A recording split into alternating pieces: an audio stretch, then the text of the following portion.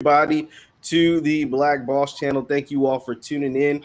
We have a group of special guests, group of special Black fathers who are taking care of their families, and we just want to highlight them and all of you all at home. But we're gonna have a good discussion about fatherhood, about the importance of the Black father in the family, and the importance of the Black father in the community. We have some special guests, Mr. Tony Lindsay, Dr. Maurice Green, and Dr. Reginald Caldwell. I hope you all are doing great. Be sure to hit the thumbs up button on your way in.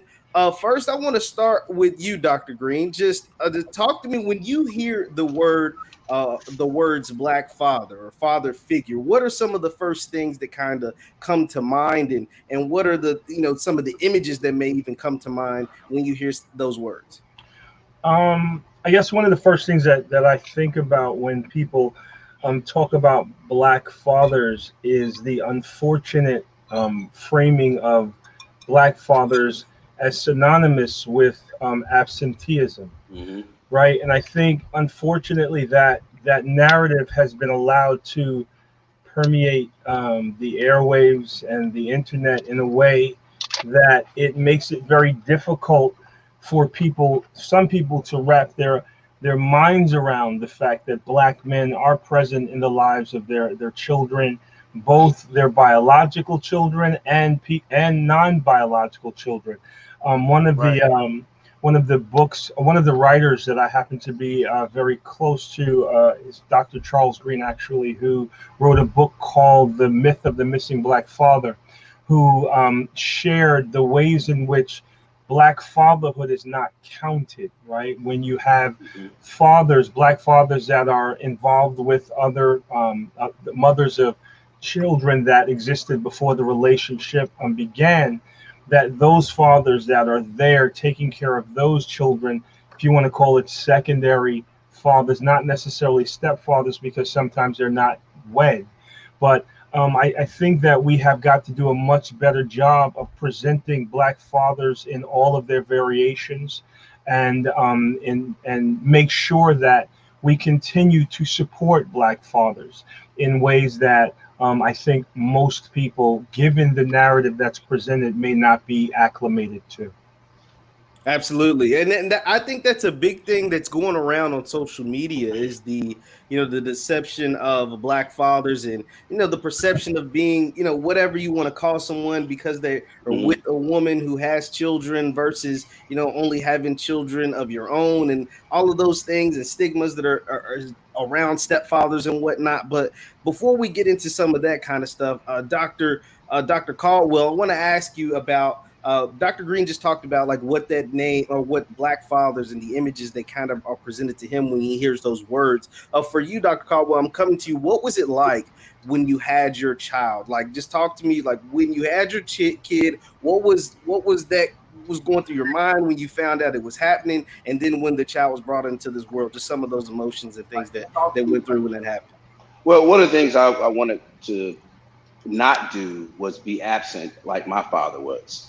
I wanted to definitely dispel the myth that our children could not be successful, if they didn't have a father in the home. A lot of times, our society tells us that if a father is not in the home, that child would not be successful. But so many of our Black men aren't necessarily in the home physically, but they do want to be involved in the child's life. However, we know that there's certain laws that don't allow that to happen. We know that we have child support laws that make it very difficult a lot of times for our Black men to want to have a relationship unless it's financial. Most of our Black men will and want to be in our child's life. However, they don't have the access to the finances or the resources in order to what society quote unquote says that, hey, listen, you have to be there as a financial provider. But we want to spend time with our children because in my situation, time was more valuable than just paying child support. That's what our children need to really truly understand, and the society needs to understand that Black men really are statistically based on the data are willing and wanting to be in our children's lives, whether they have felony convictions, criminal convictions, They do want to go to the school and be involved in activities. However, there's certain laws that say that if you are a felon, you can't stand on or be on a school campus. You know, so we have to really understand and change the dynamic of the old school way of thinking and saying that the only way that as a black man you can be involved in that child's life is by being resourceful with money. But time is very, very important. Um, Very. the data always goes back to saying that if a black child has a black father in their life, male or female, uh, they will be successful in life because that black child, male, gets to see the proper representation of manhood, black malehood, and that That's right. daughter gets to have somebody who validates her femininity and how she needs to be treated in this world when she begins to go out and she dates and she's able to have someone as an elder, meaning a father, that she can go back to and say, "Hey, wow, you know, Dad, what do you think about this? What do you think about that?" And he says, "Well, how did I treat you?" Well, that man that you decided you want to be with needs to treat you like that. So she has um, a representative or a picture of how I need to be treated in my life. And that young man or that young male child has a representative of what black masculinity looks like and how you need to pattern your life after if you are the proper representation of black male masculinity in a relational situation. Absolutely, absolutely. Once again, we're having our black panel talking about fatherhood and their relationships with their children, their relationships with their father figures. And Tony, I'm coming to you on this. Was there, just talk to me about your own personal experience, not just with your children, but growing up, was your father or father figure who was someone that you kind of modern, I guess, your parenting style after, or was there someone that kind of you had looked up to that they gave you the inspiration that made you want to be a better father or a father to your children? Right. Well, first of all, thanks for having me on. Uh, I think what's really great about this panel is we're coming with like a myriad of perspectives. Mhm. Uh, like, see, I myself, my parents were together. They were married and together until my mom passed away just a few years ago. So I had the quote unquote, full nuclear family type of thing situation. So my father was always in my life. And I definitely modeled my parenting style, I would say, based upon him. But I think it also had to do with my mother. I think it's this, I think as a community, I think when it comes to black fatherhood, Mhm. I think it has to be intertwined. It's necessary that is intertwined with motherhood. And when I think of Mhm. fatherhood, honestly, I think of protection. I think of pride. Like those are the things that those are the first things that enter my mind when I think of fatherhood, because I kind of feel that we all have a role as fathers, whether we are biological fathers to children or not. And that's kind of the lesson that I learned from my father, because my dad, he was kind of like the dad for everybody in the neighborhood. You Mhm. know what I'm saying? So that's the time that I came up in. And I try to impart that type of behavior or that type of feeling upon my children, that experience. I try to give that to them. And also, like I'm the type of guy, like in my neighborhood, all the kids will know me. They call me Unc, Mhm. or they'll call me Pops. And Yep. that's the way that we're Yep. supposed to be engaging Right. as black men with Mhm. everyone Right. in Right. our community. Mhm. So I think when we talk about black fatherhood, I say that as black men, we are all fathers to those in our community that come behind us. Right. And but unfortunately, as was said earlier, we get a bad rap. You know what I'm saying? Yeah. So I try to utilize my time to uh to showcase, to pretty much dispel the narrative that you've been seeing out there that always Mhm. paints black fathers as absent, Yep. when statistically we're more involved in our children's lives than any other demographic. Absolutely. Yes. And Yes. that's whether we are married or Mhm. not. So I do believe in the institution of marriage. I do believe that there are advantages to being married you know, when you have your kids and all that kind of stuff. Do I think it's necessary in order to raise, you know, balanced and and you know, prepared children for life? No, but I do believe that the presence is necessary.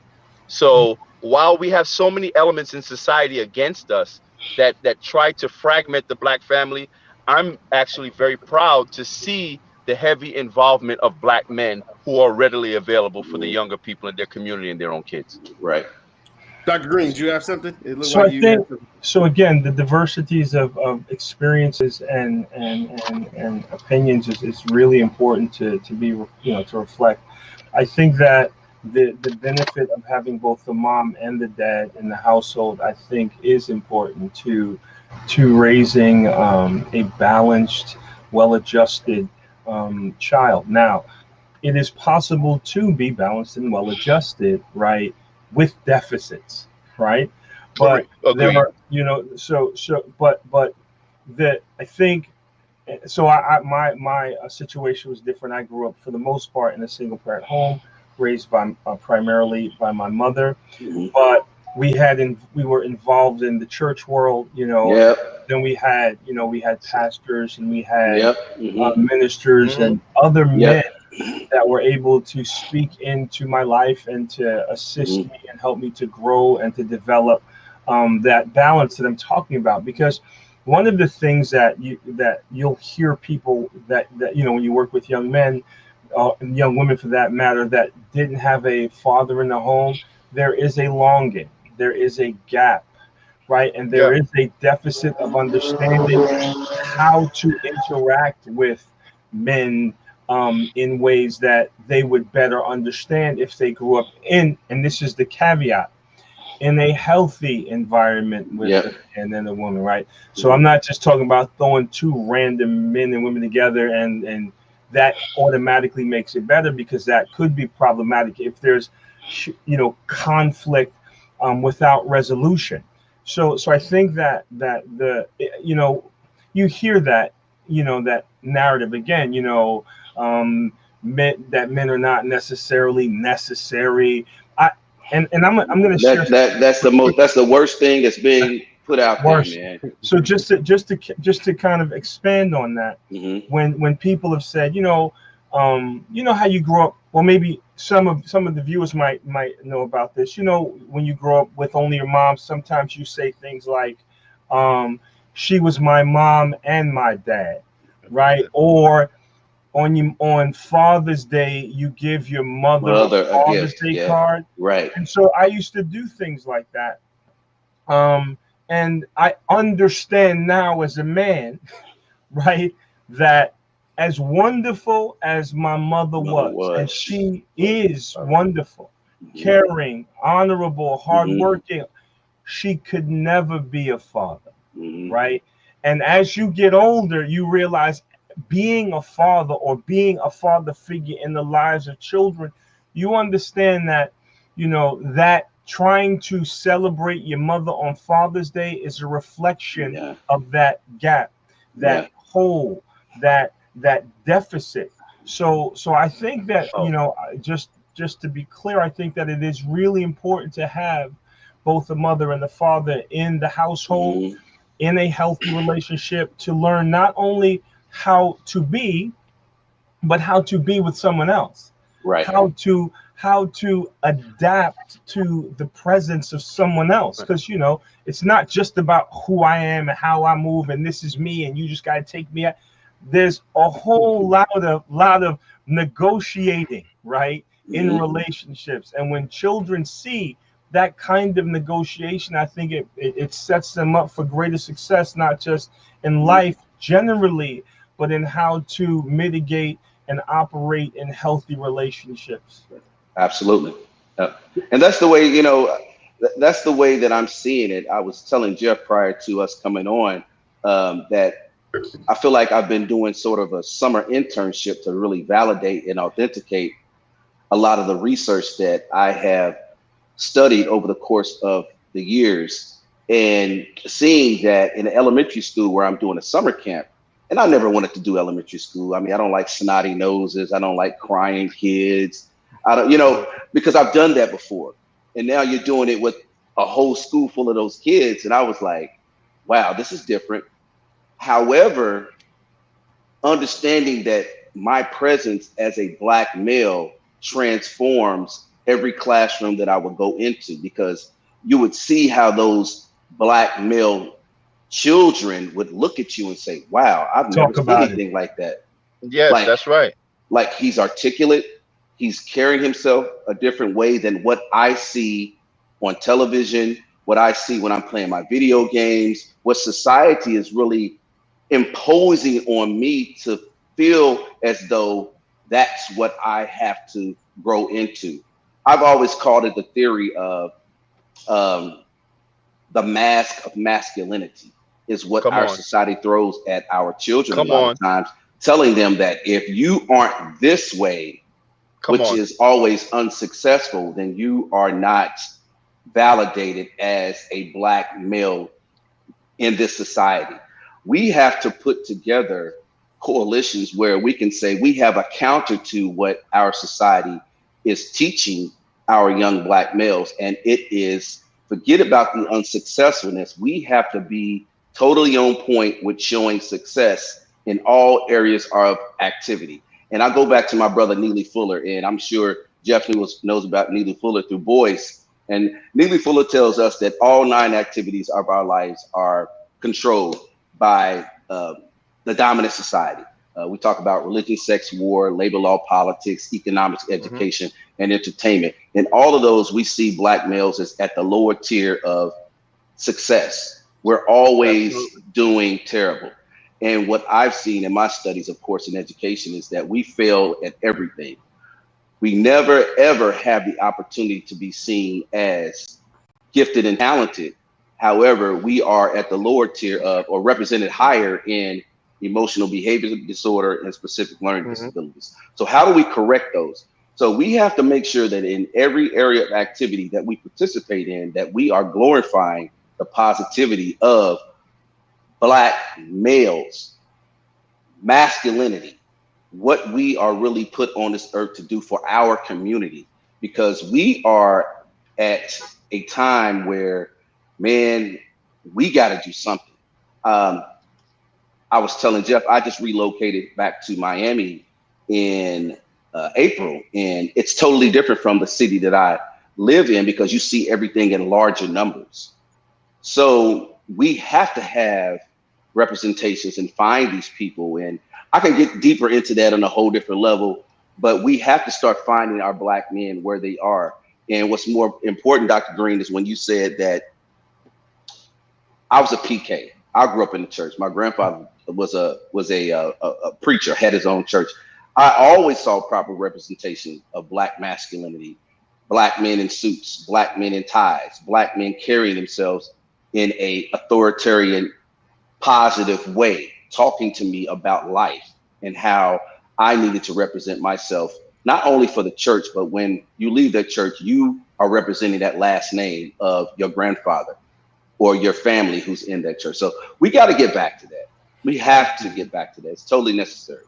Dr. Green, do you have So yeah, I think one of the things that I found through my research and through working with young men is the importance of the concept of identity. So when you speak about being a PK, grow up being a church, it's one of those things that we have got to really start to delve into in terms of the identity of black men and boys, right? Because a lot of times what people are trying to do is to change your behavior. Right? I want you to stop doing this, or I want you to start doing that. And we've got to get past dealing with the symptoms and deal with the problem, which is a sense of identity, because you will do what you think you are, right? So if you're a PK, if you're a church boy, generally speaking, you try to conduct your life in a way that supports your primary identity as a church boy or a church goer or a Christian or a Muslim or whatever that might be. So I think it's really important for us to really start digging into the ideas of masculinity and identity to help black men and boys move in directions that will help lift our people. Right. Absolutely, I think absolutely. Once again, we're talking to our panel about black fatherhood and the different experiences that they have, and also their experiences with their children. Be sure to hit the thumbs up button like, share, subscribe. Tony, I want to ask you this. What advantages do you believe, you talked about having both your mother and your father in the home growing up. Just what advantages did that give you, knowing that both your parents were there all the time? And what you talk about the relationships that Dr. Green spoke about a little bit earlier that you were able to see between your parents that helped develop you as a young man growing up. Well, I think the main way in which it helped me to have both of my parents there, it basically taught me um, it taught me about relationships. It taught me Hmm. how to engage and behave and to nurture a productive relationship with a woman, right? With someone that you love. It showed me how a father protects his children, how he nurtures his children. Hmm. Because a lot of times in society, when we talk about fathers, we kind of talk about fathers in this sense like they're a pocketbook, right? Yes, Like yes, Accessory. yes, absolutely. we Yep, Yeah. we reduce them to finances, yep. and I particularly find that dangerous. Now, do I believe that it is a man's job to protect and to take care of the home? Absolutely. I mean, I'm a PK too, just so y'all know. So it looks like you got a bunch of preachers kids up here. Shout out to the PKs. All right.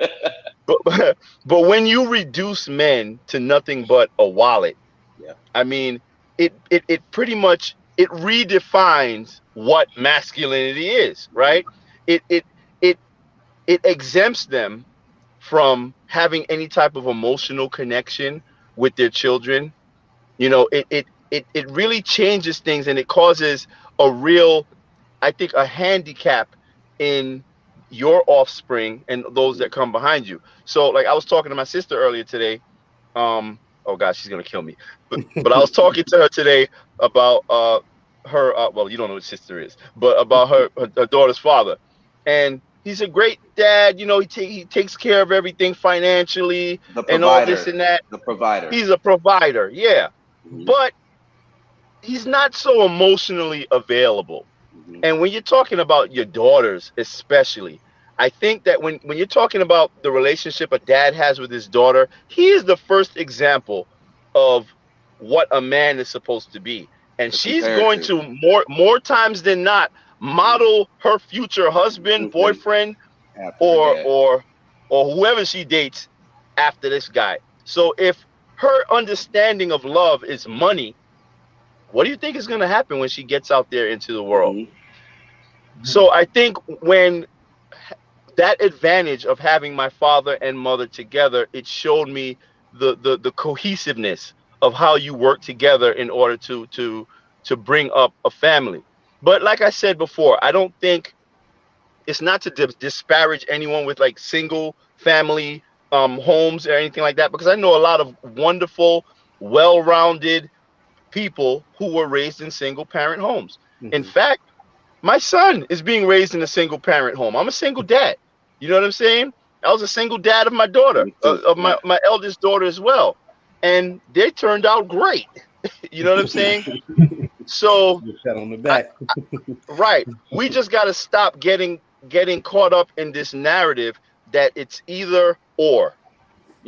And we have to get back to a place where we understand that masculinity and femininity, especially in the black community, is something that really works together. Hmm. You know what I'm saying? And we have to abandon this adversarial relationship that we have with each other that is propagated by the the dominant society. I mean, that's what it is. Yeah. They're the Yeah. ones who are infiltrating our culture and telling us, they're redefining to us what masculinity is. So when you hear these terms like toxic masculinity and all of that, I don't subscribe to any of that garbage, because masculinity is not toxic. Hmm. It is not. And black masculinity is not only not toxic, but it is very powerful. And why do I know that it is very powerful? Because it is under attack so heavily by this society.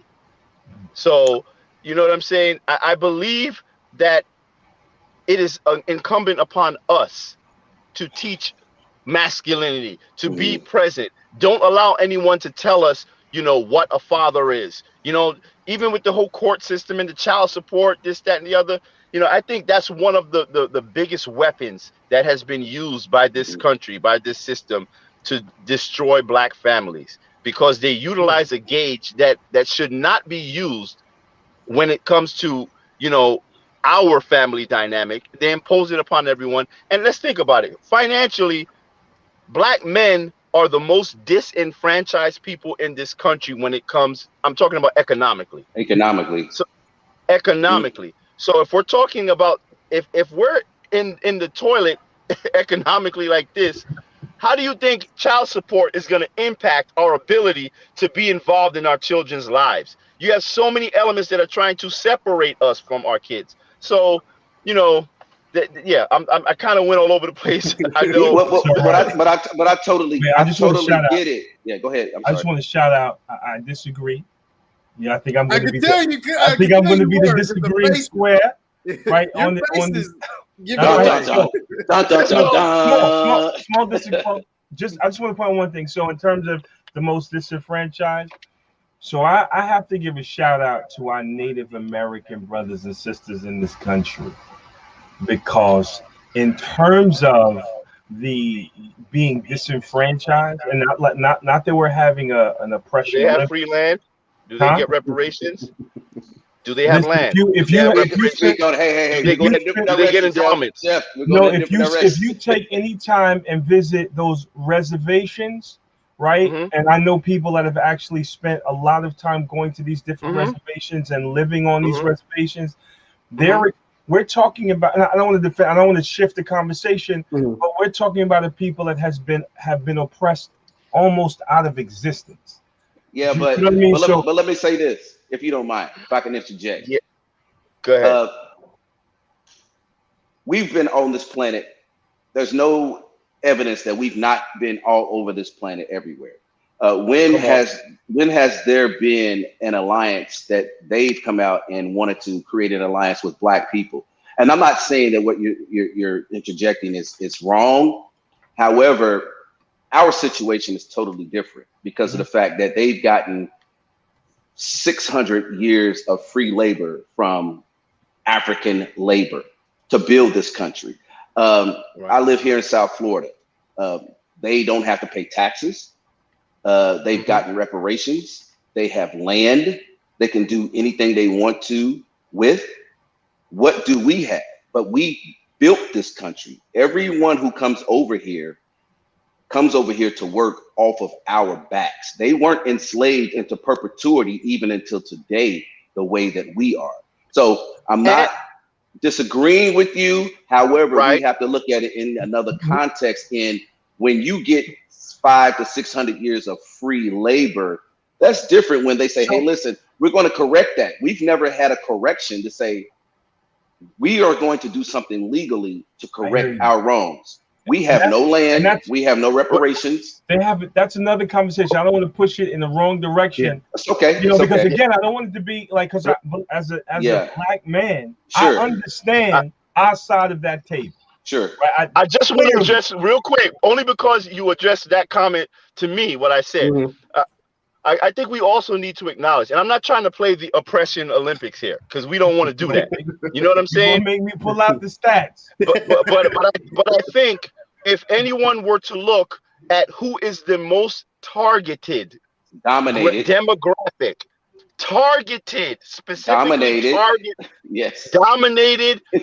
propagandized, economically disenfranchised, socioeconomic education, who is the most targeted?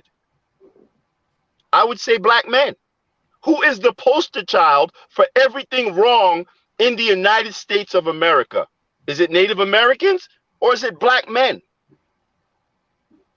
You want me to answer that question? It looks like you want to answer because you're dragging it. So understand what I'm get a quick response, Dr. Green, and then we'll get back to right. Okay.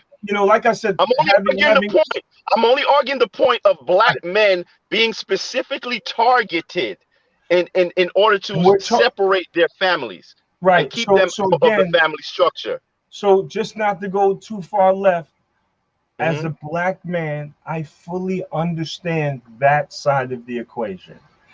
as learning about through people that have spent a lot of time working with our indigenous brothers and sisters, their plight is so bad that they're not even targeted anymore.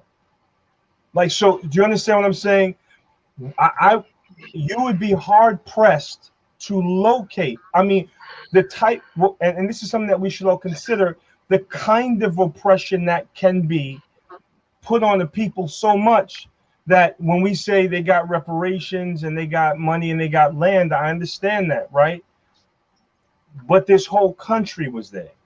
Like, so we're not talking about. That's why I have to disagree with you, because you have to go back and understand the historical But context of. I do want to save that. I do want to save that conversation for another. Please, we don't agree on that right now. Okay, fine. That's fine. I want to get back on topic a little bit. Yeah, that's barbershop. Let's table that. Yeah, Dr. Carl, I want to come to you on this. When it comes to, we talked a little bit about as far as like images in the media, right? What are some of the images in the media that you see as far as Black families, the Black parent, and specifically the Black fathers, and where like the direction that you would like to see some of that change? And I'm going to ask some backup questions off of that. But what are some of the images that you see as far as media, music, entertainment about the Black man and the fatherhood structure?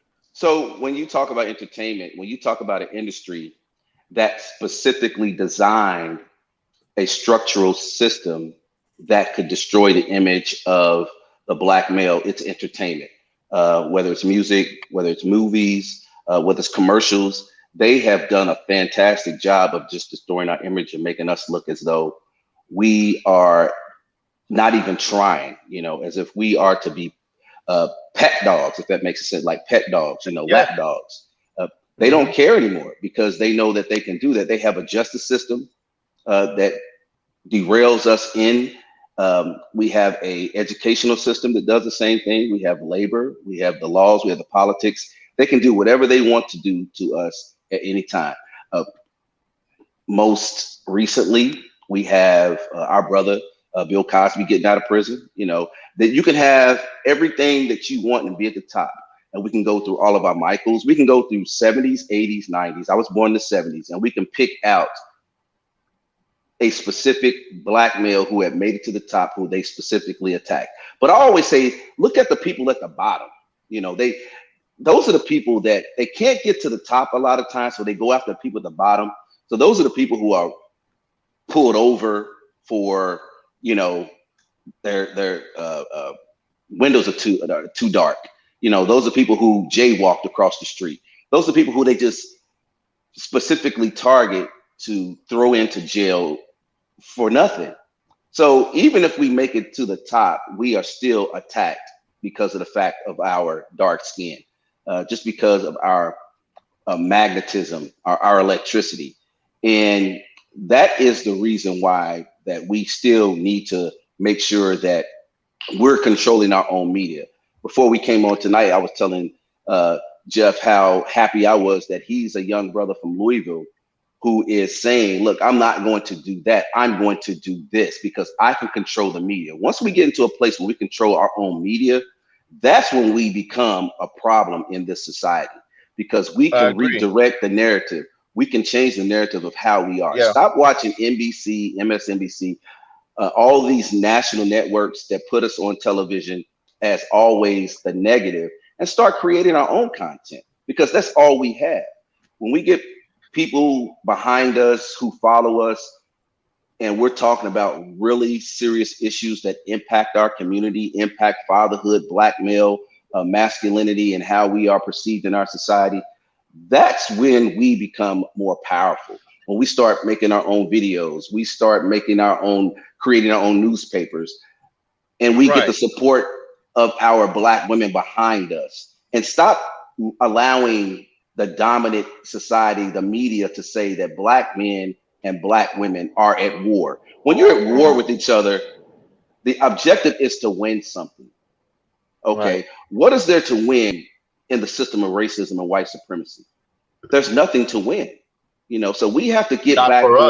Not for us, right? We have to get back into a narrative that says that we are together in this long marathon and not this sprint to the finish line. We got to get back to reconnecting us, whether we are raising our children in a home together or if we are raising them co-parenting, as in my situation.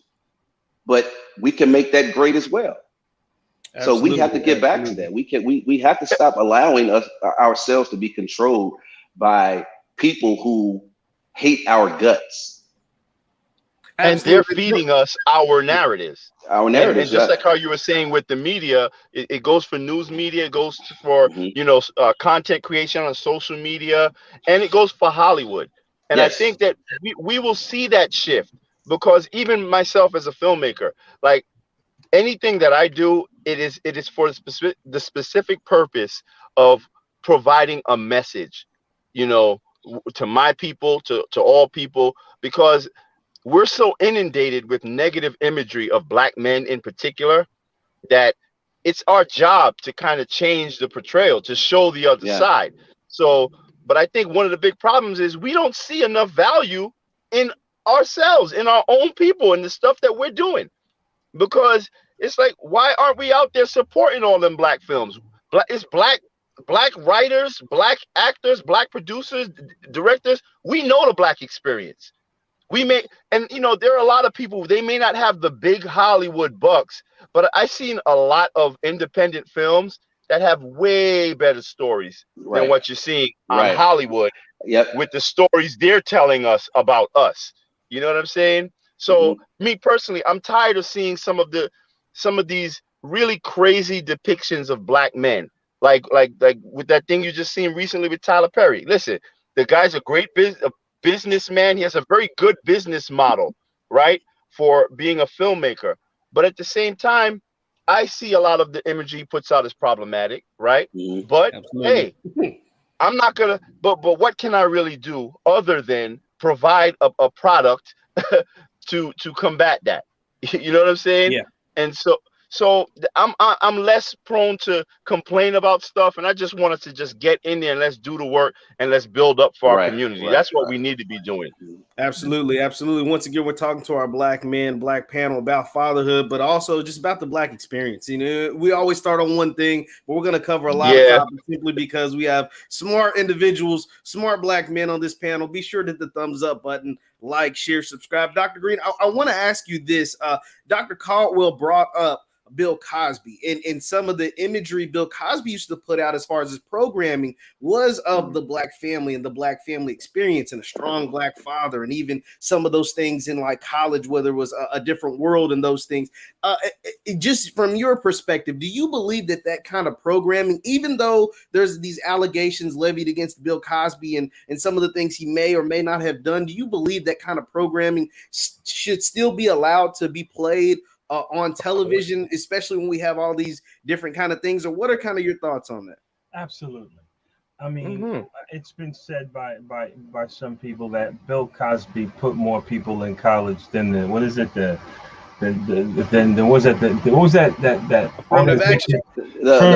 whatever it is. Yeah. The National Negro College Fund. That's what I was looking for.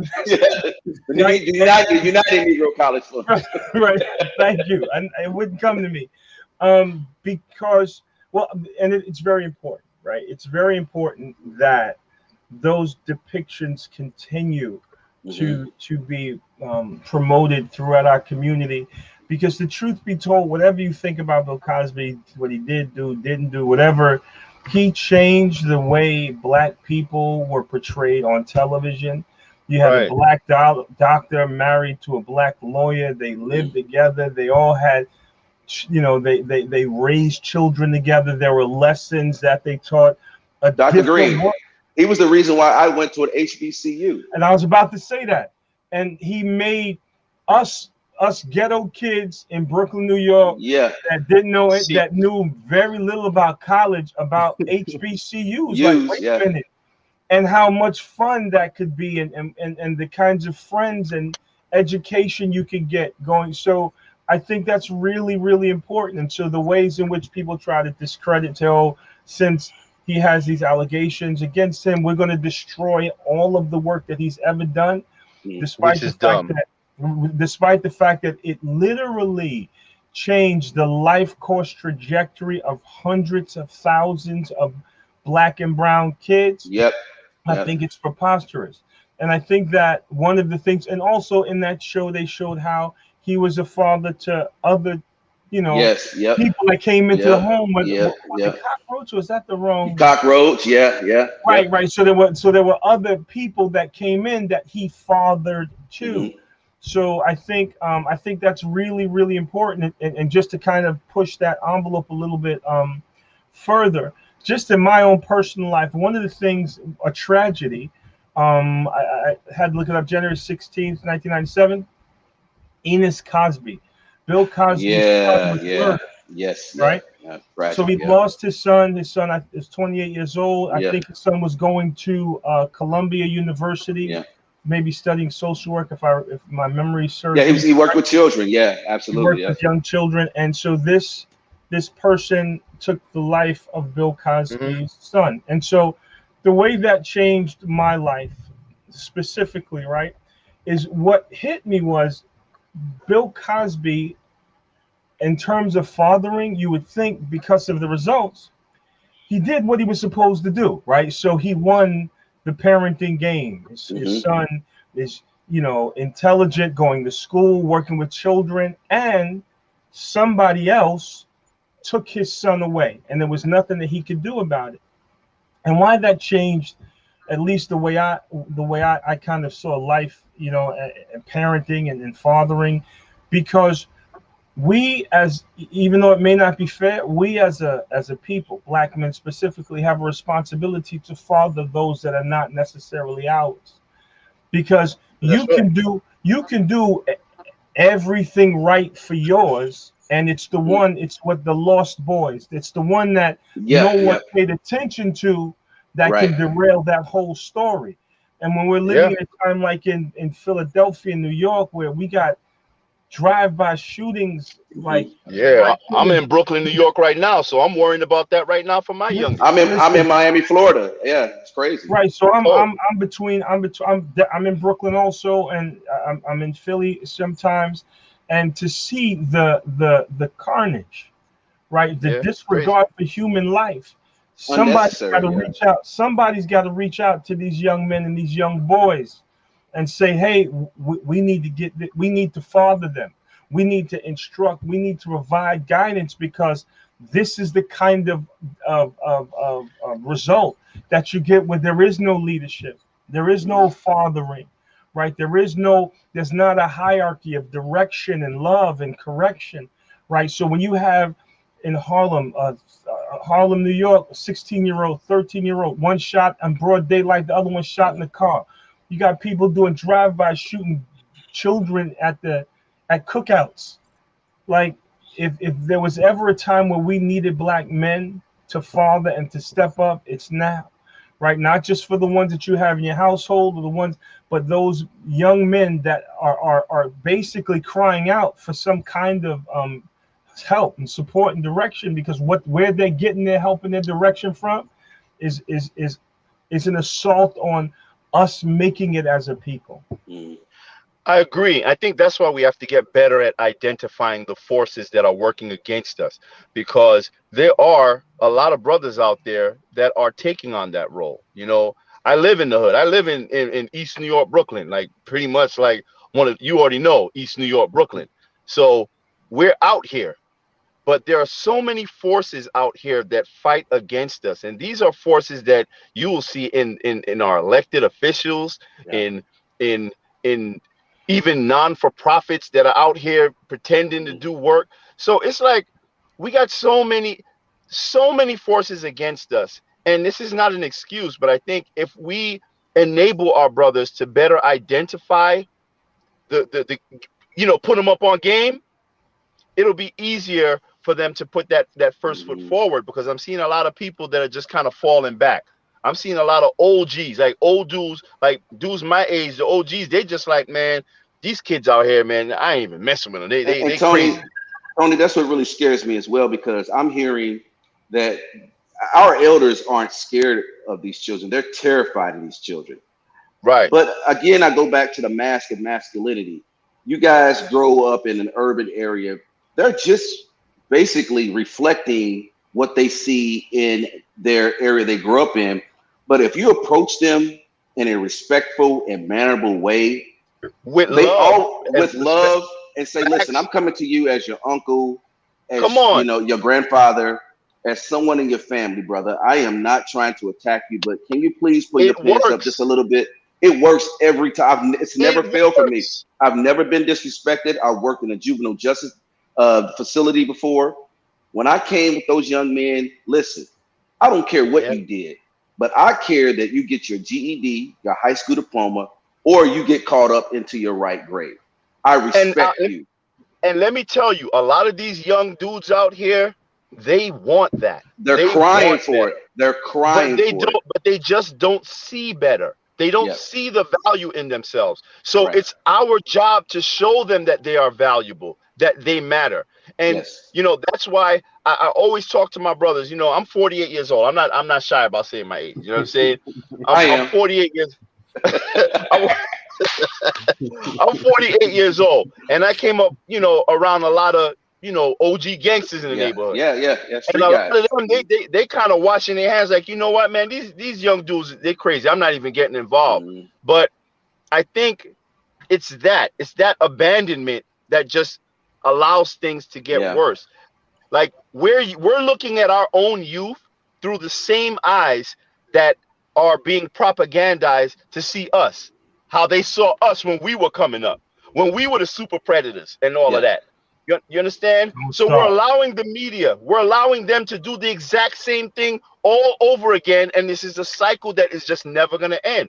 So we got to man up, because for me, I feel like we're being bred into a bunch of cowards. I come from a different era. Yeah. You know what I'm saying?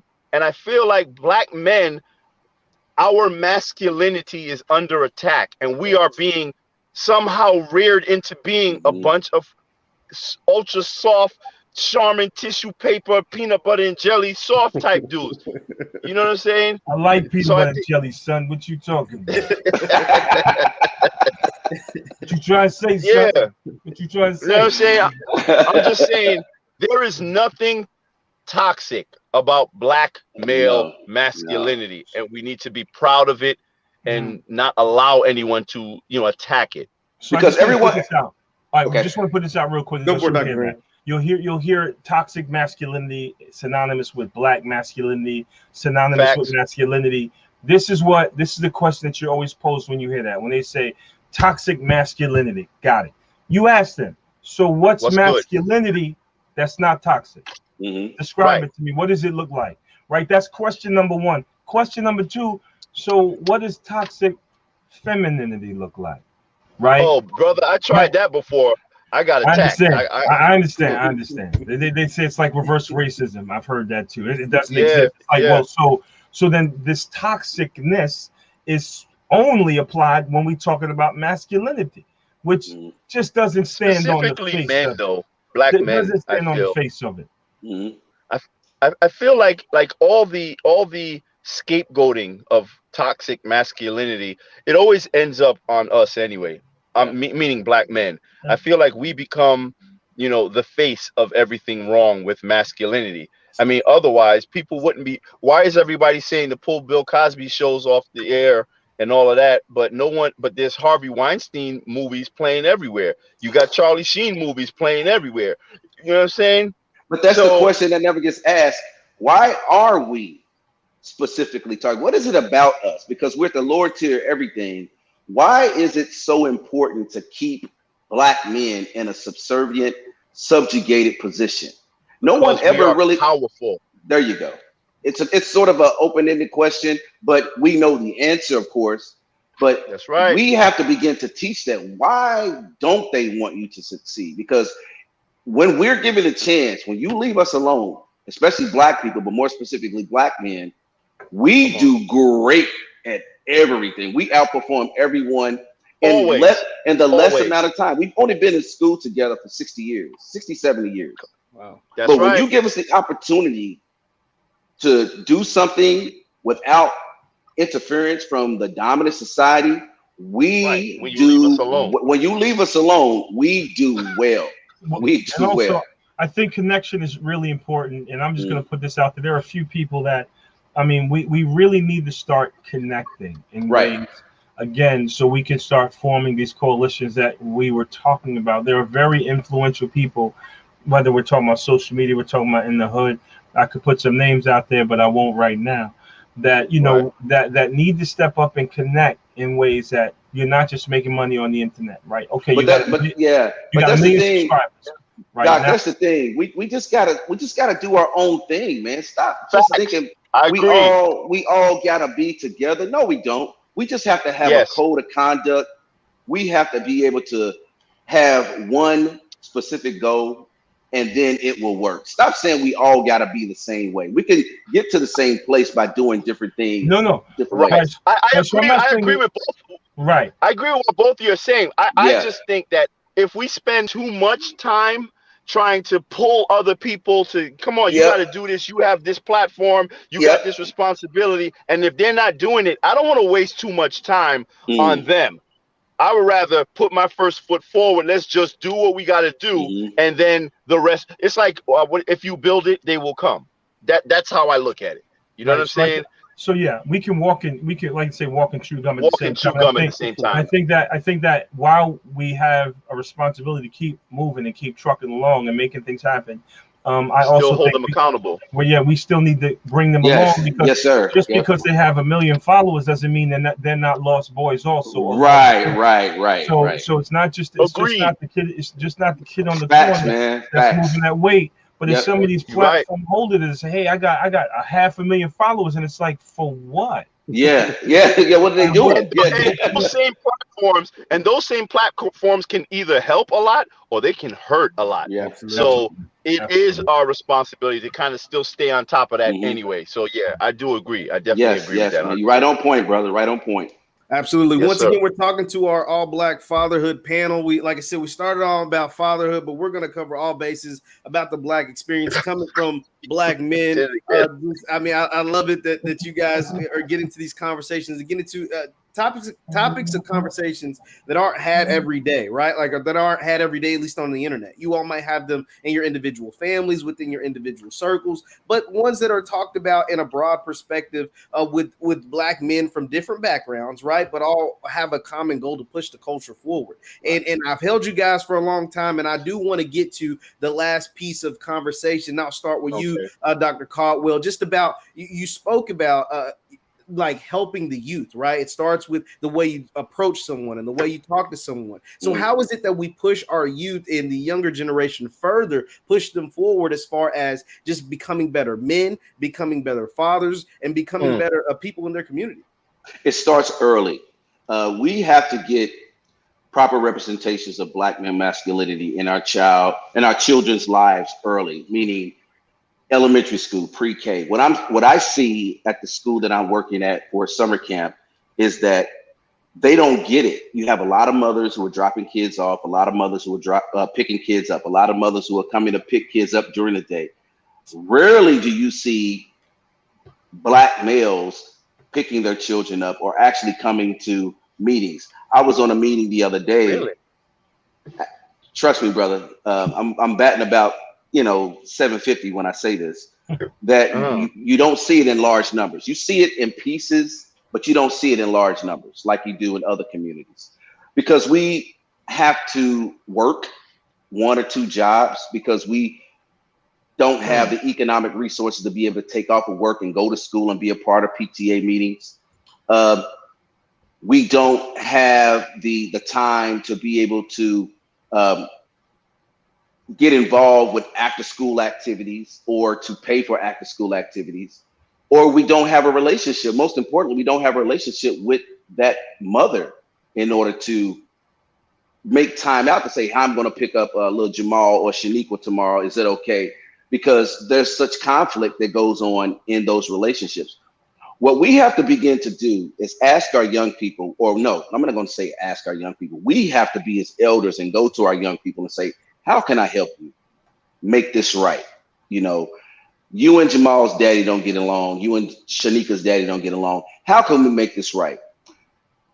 You have to have girlfriends of them, your homeboys, of those fathers to say, hey man, we got to get this right, because this ain't how it's supposed to be. Because at the end of the day, the system will jump in, and then it's all going left, meaning that child support, everything is in her favor, where she can put you in some type of situation that's going to be detrimental to you. So how can we make this work as a family, getting back to the family unit, getting back to the village of taking care of our own priorities, and not allowing other outside forces to come in and direct us and tell us how we need to be as a family when it comes to raising a child who's in elementary school. And we can correct that issue very quickly if we can just say, it ain't about me, it ain't about you, you moved on, I've moved on, it's about our child. And it's really, it sounds simple, but Cornell West says never confuse the simple with the complex, because it sounds very simple, but there's so many complex issues that are going on behind it that most of the time, not all the time, that it really happens in that manner. Tony, do you have something? Yeah, I kind of wanted to answer the same question. Yeah, go for it. I think that was a very, very good answer, but I also look at it from another perspective as well. Mm-hmm. How do I think that we can really affect that sort of change? I think it comes by listening to them. Mm-hmm. And because a lot of the problem that we see right now, right, in the let's say with the crime, the violence, Mm-hmm. with these young men, a lot of that comes based upon this feeling that they have no value, Mm-hmm. and there are a lot of things that this stems from. So I think one of the most important things you can do for any person is to listen to them, to truly make them feel like they're part of the conversation, that they have value, and then you'd be really surprised at what you can learn. There's Mm-hmm. an old saying, you got to meet people where they are. Yep. I think that we spend so much time talking about, like even here in New York, right? We're talking about all the crime and the shootings and the this, that, and the other. Everybody's talking to everybody else, but guess who they're not talking to? They're not talking to them dudes in the streets. You know Mm-hmm. what I'm saying? We're talking about trying to find these solutions, but you're not looking for those solutions with those same people. What do they need? What is missing? What's going on? So I think when we look at it from that perspective, and we listen to them and to truly diagnose the problem, and I think we'd be in a much better position. And Mm-hmm. brother, what you were talking about with, as far as, seeing, you don't see too many fathers picking up the kids and things like that. I think that's kind of, I guess that matters. That's more so like where you are, because I think I've been seeing a lot more involvement of fathers, especially with particularly when you're talking about like picking up kids from school and going to PTA meetings and stuff like that. Over the years, I mean, I was born in 1972, and I'm seeing, and I think it's particularly with the younger generation. So I think maybe that's what I'm talking about. I Mm-hmm. have a lot of confidence in this younger generation because I think they have a great capacity for critical thinking. And so I'm actually encouraged because I feel like Black men are showing up. They're more present, but they're just not getting that acknowledgement. We know we still have problems with the absenteeism and the systems that are against us, but Mm-hmm. I don't want to overlook, all of the positive that Right. is there, because sometimes we get so inundated with, oh, you Black men, you brothers ain't doing enough, you're not there, you're out, you're not in the home, this, that, and the other. Sometimes you get a little fatigued from that, you know what I'm saying? And you Mm-hmm. feel underappreciated, or you feel like with everything that you're doing, it doesn't matter anymore. But Here Tony, comes the you know what child that's called? support. That's called Go ahead. adulthood. It's called adulthood. And that's what I'm saying, is that we have to have the elders to step in and say, that's what you call maturation. Being a That's right. father is not a job that you get a chance to take a rest. It's a restless job. So that's I called agree. maturity. So that's what I'm saying. We need to reconnect our elders, ourselves, with this younger generation to say, yeah, I know But you in order to, tired. we got to teach them. Yeah, We have to teach them we that. gotta reconnect and have dialogue, and Right. just be able So to if you say, have hey a whole man, generation yeah, of kids that don't even know what masculinity is, just they all disconnect. over Yeah, hypersensitive. yeah, yes. What's the result gonna be? You know what I'm saying? So Another that's why I say we generation got of hypersensitive young males right. coming out there. Yep, absolutely. That's You're right. right. That's Totally right. right. Yep. Get it. Dr. Green. I think it's about and you'll hear me reiterate this point until I'm blue in the face. It's about connectivity. It's about I think one of the people in the chat said making our own systems. We have to take a systems approach. Not I'm gonna do my thing, you're gonna do your thing. We all gonna hope it works out in the middle. Mm-hmm. We Right. need to connect. We need Right. to connect and create systems of opportunity for our young men, for our family, and we need to That's right. father outside of the four walls of our homes or that 4 block radius that we live in. We have to start looking at the opportunity for mentoring, even if it's mentoring. These young men have got to be able to get on the phone and call you and say, Yes. hey, you know, yeah, I'm thinking this or I'm doing that. And just as another footnote, and this maybe just comes as a criminologist, all the people talking about we need to help men, and obviously we do need to start young. But I got news for you. We need to start writing to and communicating with our brothers that are incarcerated, Yes. right? That have been True. thrown away into a system as if they no longer exist. Exists. And Where and we, Dr. Green, those men when they come out, they want to be so involved in their children's lives, man. right, It's incredible. But I go back to what I was saying earlier that they have these draconian laws that won't even allow them onto the campuses. A lot of these public schools, man. right. So that's why it matters if Hmm. the ways in which we connect, Yeah. because maybe he can't go on the school grounds, but we can find ways for him to still be able to spend time with his child. And maybe we need to organize to really resist these policies that disenfranchise black men from their children for felony convictions or the like. But Hmm. again, I'm just saying that we really need to push the envelope in terms of connectivity, like beyond conversations, and get to creating systems, Hmm. processes, and Yeah. opportunities Yeah. for our children, for our young men and women for that matter, because fathering extends outside of your Yeah. house. It sure It does. it extends into Hmm. the community. It extends into the hospitals. It extends into the jails and the prisons. And if we're really serious about that, we'll set up systems that will be able Hmm. to work with, help, mentor, develop, and care for men that are less fortunate than we are. Absolutely, Absolutely. Yeah, absolutely. man. Once again, we're talking to our all black men panel. Be sure to hit the thumbs up button, like, share, subscribe, guys. I've kept you for a long time. I just want to get your final words before we get out of here. Dr. Caldwell, just any lasting thoughts? We'll go with you first, and then we'll come to you, Tony, and Dr. Green. You'll be save the best for last. But Don't Dr. believe that. Caldwell. So, uh, say that question one more time, if you don't No, I mind. would just say your final thoughts. We're wrapping up here. I just Well, want to this hear this your is what final we thoughts. this is what we really need. We need to begin to create our own places and spaces where we could connect and really just chop it up about what's going on in our community and find out. Well, I didn't know who Dr. Green was until tonight. I didn't know who Tony Lindsay was until tonight. That's a problem because we have so much, as Dr. Green was saying, email, text messaging, social media.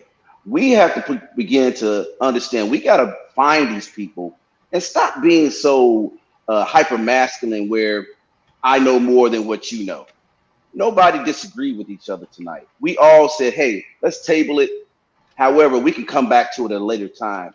But for this conversation, we're going to talk about this. I would love to be back on a panel with Dr. Green talking about what he's talking about. I would love to be back on a panel with Dr. Lindsay, or Mr. Lindsay, I'm sorry, Tony, talking about what he's talking about in entertainment. That's where we have to, get rid of our pride and our hyper masculinity is to say, hey, man, we can disagree, but you know what? The bigger outcome of it is that we're going to be able to present something that benefits not just us, but the people after us, the young people. Put all of that aside. And I think that's what the movies and entertainment, music especially, is always showing black men always at each other's throat. They never show us intertwining and having conversations with each other that don't involve the N word and you pee this and come on, man. We got to get away from that because time is ticking, man. The time is ticking. Yeah, we got to get away from that. Tony Lindsay. Yes, sir.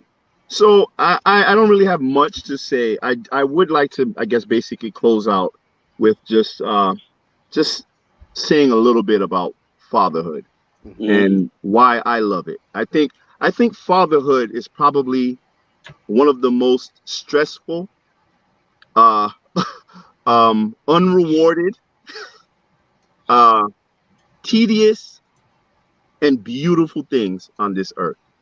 I think it's an amazing thing to play such a huge role in a child's life in protecting them, in mm, nurturing them, in teaching them, and just watching things connect with them, being able to mold them into this beautiful person. And I think it gives you a special sense of accomplishment and purpose.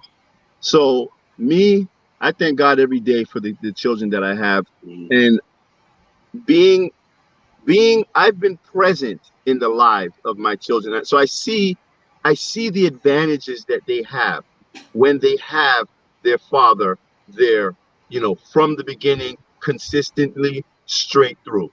And it's not like bragging on myself, but every once in a while you just want to sit back and be like, man, What's wrong with that? What's I wrong with did a that, Tony? good job. You know what I'm saying? What's wrong with that, man? Brad, we have to do that. We got to get Right. back to congratulating each other, man. Yeah, I That's just what it's because we all we had. We're all we had. right, right. So I just get a special sense of Mm, pride and accomplishment in knowing that I raised these beautiful people who I know are going to contribute so much to the world. And if I can do that with those uh, four people, mm, just imagine what the rest of us can do with mm. all the rest of these young people coming behind us as black Right, right. men. Absolutely. So I'm honored and happy to be here. I'm happy to be a father. And let me tell you something, brothers, it's the best experience you will ever experience in Love your life. it. I wouldn't trade it for anything in the world. That's right. Mm.